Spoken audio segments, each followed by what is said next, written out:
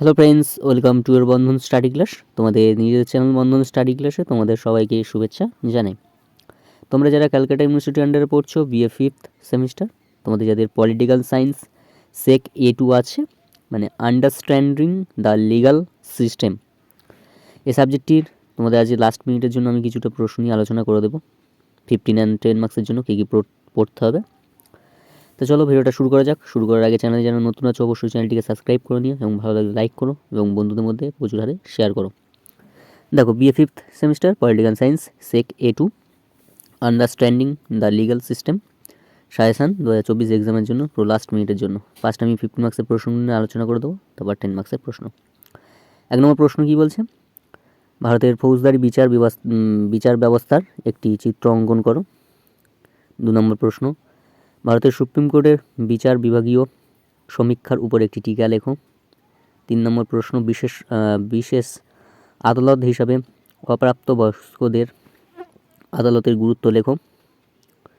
4 নম্বর প্রশ্ন, পরিবার আদালত গঠনের উদ্দেশ্য ও গঠন এই গুরুত্ব আলোচনা করো।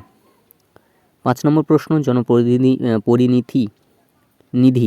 জনপ্রতিনিধি আইন 1951 বৈশিষ্ট্যগুলি লেখো।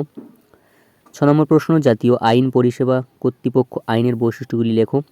7 নম্বর প্রশ্ন, জনস্বার্থ মামলা সংজ্ঞা বৈশিষ্ট্য ও পরিধি আলোচনা করো। 8 নম্বর প্রশ্ন, লোক আদালতের গঠন ও কার্যাবলী লেখো। 9 নম্বর প্রশ্ন, 1951 সালে জনপ্রতিনিধিত্ব আইনের ওপর একটি টিকা লেখো। 10 নম্বর প্রশ্ন, ভারতের বিচার বিভাগের অতি সক্রিয়তার উপর টিকা লেখো। এই ছিল তোমাদের 15 মার্কসের 10টি প্রশ্ন। নেক্সট 10 মার্কসের প্রশ্ন। 1 নম্বর প্রশ্ন, 2002 সালে ডেলিমিটেশন অ্যাক্টের মূল বিষয়গুলি কী? 2 নম্বর প্রশ্ন, লেখ জারি প্রশ্নের সুপ্রিম কোর্টের ক্ষমতা বর্ণনা করো। 3 নম্বর প্রশ্ন, প্রশাসনিক ট্রাইব্যুনালের মূল বৈশিষ্ট্যগুলি লেখো। ওটা হবে ট্রাইব্যুনালের মূল বৈশিষ্ট্যগুলি লেখো। 4 নম্বর প্রশ্ন, 1950 সালে জনপ্রতিনিধিত্ব আইনের মূল বৈশিষ্ট্যগুলি লেখো। 5 নম্বর প্রশ্ন, ভারতের অধস্তর আদালতের কার্যাবলী আলোচনা করো।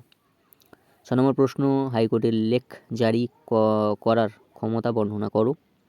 7 নম্বর প্রশ্ন, দলত্যাগ বিরোধী আইনের ওপর একটি টিকা লেখো। 8 নম্বর প্রশ্ন, লোক আদালতের উদ্দেশ্য লেখো। 9 নম্বর প্রশ্ন, গ্রাম ন্যায়ালয়ের গঠন ও কার্যাবলী লেখো। 10 নম্বর প্রশ্ন, মহিলা আদালত সম্পর্কে আলোচনা করো। 11 নম্বর প্রশ্ন, নাগরিকের মৌলিক অধিকার ও কর্তব্য সম্পর্কে লেখো। এই ছিল তোমাদের 10 মার্কসের 11টি প্রশ্ন। আর 15 মার্কসের 10টি প্রশ্ন অবশ্যই তোমরা ভালো করে করো। যেটা না বুঝতে পারবে অবশ্যই বলবে। তাই আজ এখানেই শেষ করলাম। তোমরা সবাই ভালো থেকো, সুস্থ থেকো, বন্ধন স্টাডি ক্লাসের সঙ্গে যুক্ত থেকো। অবশ্যই যেটা না বুঝতে পারো কমেন্ট বক্সে কমেন্ট করবে, আমি সেটা বলে দেবো। চ্যানেলে যারা নতুন আছে অবশ্যই চ্যানেলটিকে সাবস্ক্রাইব করে রাখতে পারো। আজ এখানেই শেষ করলাম।